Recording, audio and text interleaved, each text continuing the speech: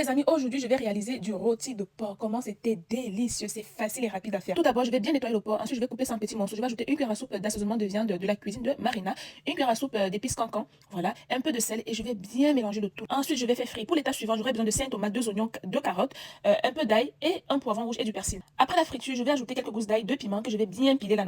Je vais ajouter un peu d'huile, mes 2 oignons, l'ail et le piment que j'ai bien pilé là. Je vais bien mélanger environ 2 minutes et ensuite je vais ajouter mes 5 tomates, les 2 carottes que j'ai coupées en dés.